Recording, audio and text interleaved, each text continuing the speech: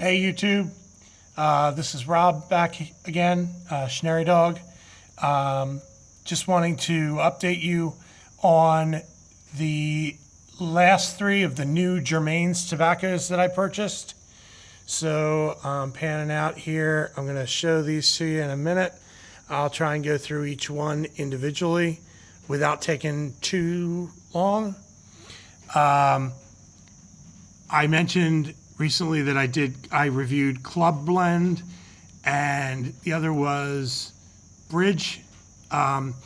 This one that I'm looking at right now is called BK Flake.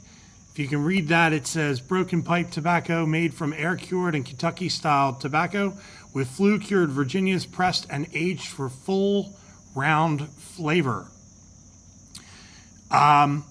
This is a very good smoke.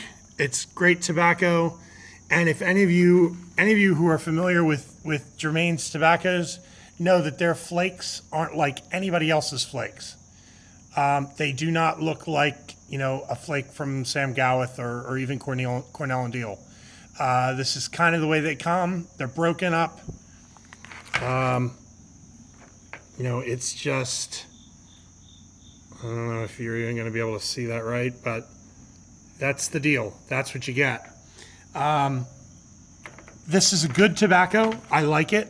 I honestly have very little exposure with Burley's, and having it be self-described as a Kentucky tobacco, it's got Burley in it. I don't get that nutty taste that everybody talks about. There is a sweetness to it that definitely comes from the Virginias, and there is kind of a, for lack of a better term, a spiciness to it. I like it. I don't know that I like it as much as the Club Blend, but I do like it, and I think it's something that might grow on me with time. So that one was, again, Germain's BK Flake, which I would assume stands for Broken Kentucky Flake.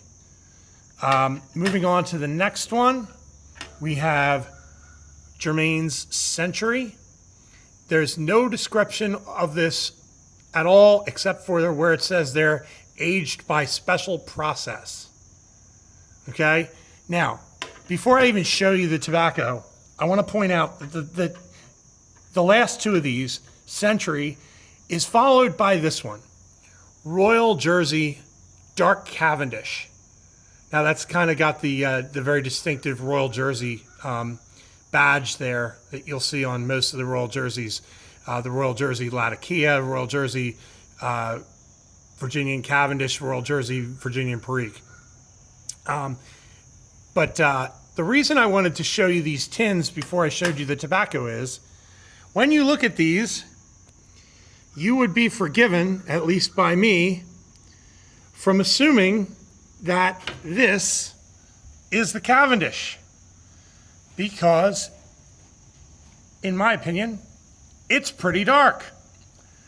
Dark tobaccos, and when at least we Americans think of Cavendish, we think of black Cavendish, which is that, gloopy, sickening sweet stuff, highly vanilla flavored. This, however, is neither. It's not Cavendish, and it's not black Cavendish. This is Century, apparently, which again, the only description is aged by a special process. This tin, however, Royal Cavendish, and I'm sorry, I only have a cell phone to shoot these things, and if the video is lousy, I greatly apologize, but it's really about the tobacco to me, not